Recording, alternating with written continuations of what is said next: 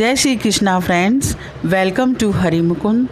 आप सभी को सावन के पहले सोमवार की बहुत बहुत शुभकामनाएं।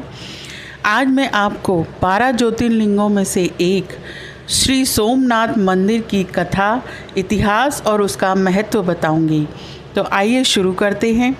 गुजरात प्रांत के काठियावाड़ क्षेत्र में समुद्र के किनारे सोमनाथ नामक विश्व प्रसिद्ध मंदिर में यह ज्योतिर्लिंग स्थापित है। पहले यह क्षेत्र प्रभास क्षेत्र के नाम से जाना जाता था। यहीं भगवान श्री कृष्ण ने जरा नामक व्याध के बाण को निमित्त बनाकर अपनी लीला का संवरण किया था। यहाँ के ज्योतिर्लिंग की कथा का पुराणों में इस प्रकार वर्णन है। कहते हैं, दक्ष प्रजापति की 27 कन्याएं थीं। उन सभी का विवाह चंद्रदेव के साथ हुआ था, किंतु चंद्रमा का समस्त अनुराग व प्रेम उनमें से केवल रोहिणी के प्रति ही रहता था। उनके इस कृत्य से दक्ष प्रजापति की अन्य कन्याएं बहुत अप्रसन्न रहती थीं। उन्होंने अपनी यह व्यथा कथा अपने पिता को सुनाई। दक्ष प्रजापति ने इसके लिए चंद्रदेव को अनेक प्रकार से समझाया, किंतु रोहिणी के वशीभूत उनके हृदय पर इसका कोई प्रभाव नहीं पड़ा। अंततः दक्ष ने क्रुद्ध होकर उन्हें क्षयग्रस्त हो जाने का शाप दे दिया। इस शाप के कारण चंद्रदेव तत्काल क्षयग्रस्त हो गए। उनके क्षयग्रस्त होते ही पृथ्वी पर सुधा शीतलता वर्षण का उनका सारा कार्य रुक गया। चारों ओर त्राही त्राही मच गई। चंद्रमा भी बहुत दुखी और चिंतित थे। उनकी प्रार्थना सुनकर इंद्र आदि देवता तथा वशिष्ठ आदि ऋषिगण उनके उद्धार के लिए पितामह ब्रह्मा जी के पास गए। सारी बातों को सुनकर ब्रह्मा जी ने कहा, चंद्रमा अपने शाप विमोचन के लिए अन्य देवों के साथ पवित्र प्रभास क्षेत्र में जाकर मृत्युंजय भगवान शिव की आराधना करे। उनकी कृपा से अवश्य ही इनका शाप नष्ट हो जाएगा और ये रोग मुक्त हो जाएंगे। उनके कथा अनुसार चंद्रदेव ने मृत्युंजय भगवान की आराधना का सारा कार्य पूरा किया। उन्होंने घोर तपस्या करते हुए 10 करोड़ बार मृत्युंजय मंत्र का जप किया। इससे प्रसन्न होकर मृत्युंजय भगवान शिव ने उन्हें अमरत्व का वर प्रदान किया। उन्होंने कहा, चंद्रदेव तुम शोक न करो, मेरे वर से तुम्हारा शाप मोचन तो होगा ही, साथ ही साथ प्रजापति दक्ष के वचनों की रक्षा भी हो जाएगी। कृष्ण पक्ष में प्रतिदिन तुम्हारी एक एक कला क्षीण होगी, किंतु पुनः शुक्ल पक्ष में उसी क्रम से तुम्हारी एक एक कला बढ़ जाया करेगी। इस प्रकार प्रत्येक पूर्णिमा को तुम्हें पूर्ण चंद्रत्व प्राप्त होता रहेगा। चंद्रमा को मिलने वाले इस वरदान से सारे लोगों के प्राणी प्रसन्न हो उठे। सुधाकर चंद्रदेव पुनः 10 दिशाओं में सुधा वर्षण का कार्य पूर्ववत करने लगे। शाप मुक्त होकर चंद्रदेव ने अन्य देवताओं के साथ मिलकर मृत्युंजय भगवान से प्रार्थना की कि आप माता पार्वती जी के साथ सदा के लिए प्राणों के उद्धारार्थ यहाँ निवास करें।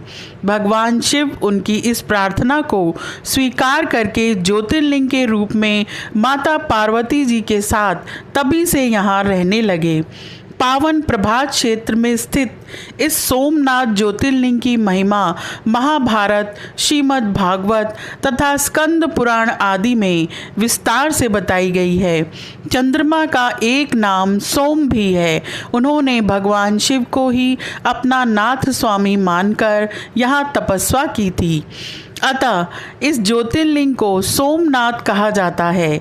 इसके दर्शन, पूजन, आराधना से भक्तों के जन्म जन्मांतर के सारे पाप और दुष्कृत्य विनष्ट हो जाते हैं।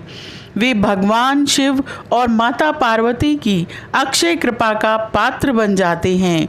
मोक्ष का मार्ग उनके लिए सहज ही सुलभ हो जाता है। उनके लौकिक पारलौकिक सारे कृत्य स्वयमेव सफल हो जाते हैं।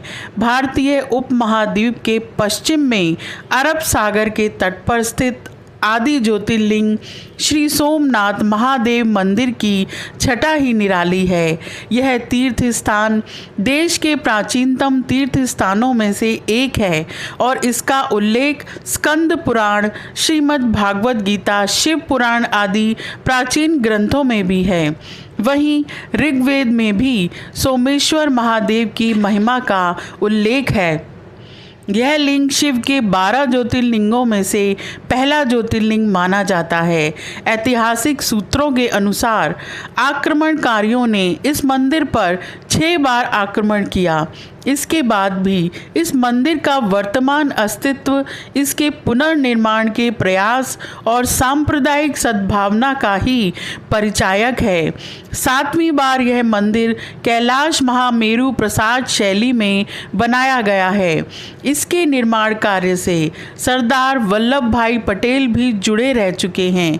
यह मंदिर गर्भगृह, सभा मंडप और नृत्य मंडप 3 प्रमुख भागों में विभाजित है। इसका 150 फुट ऊंचा शिखर है। इसके शिखर पर स्थित कलश का भार 10 टन है और इसकी ध्वजा 27 फुट ऊंची है। इसके अबाधित समुद्री मार्ग दृष्टांत के विषय में ऐसा माना जाता है कि यह समुद्री मार्ग परोक्ष रूप से दक्षिणी ध्रुव में समाप्त होता है। यह हमारे प्राचीन ज्ञान व सूझबूझ का अद्भुत साक्ष्य माना जाता है। इस मंदिर का पुनर्निर्माण महारानी अहिल्याबाई ने करवाया था। धार्मिक महत्व पौराणिक अनुश्रुतियों के अनुसार सोम नाम चंद्र का है, जो दक्ष के दामाद थे। एक बार उन्होंने दक्ष की आज्ञा की अवहेलना की, जिससे कुपित होकर दक्ष ने उन्हें श्राप दिया कि उनका प्रकाश दिन प्रतिदिन धूमिल होता जाएगा। जब अन्य देवताओं ने दक्ष से उनका श्राप वापस लेने की बात कही तो उन्होंने कहा कि सरस्वती के मुहाने पर समुद्र में स्नान करने से श्राप का प्रकोप रोका जा सकता है। सोम ने सरस्वती के मुहाने पर स्थित अरब सागर में स्नान करके भगवान शिव की आराधना की। प्रभु शिव यहाँ पर अवतरित हुए और उनका उद्धार किया। वह सोमनाथ के नाम से प्रसिद्ध हुए। आज के लिए इतना ही। अगर आपको मेरी ये इन्फॉर्मेशन अच्छी लगी है तो please like, share and subscribe my channel. Thank you.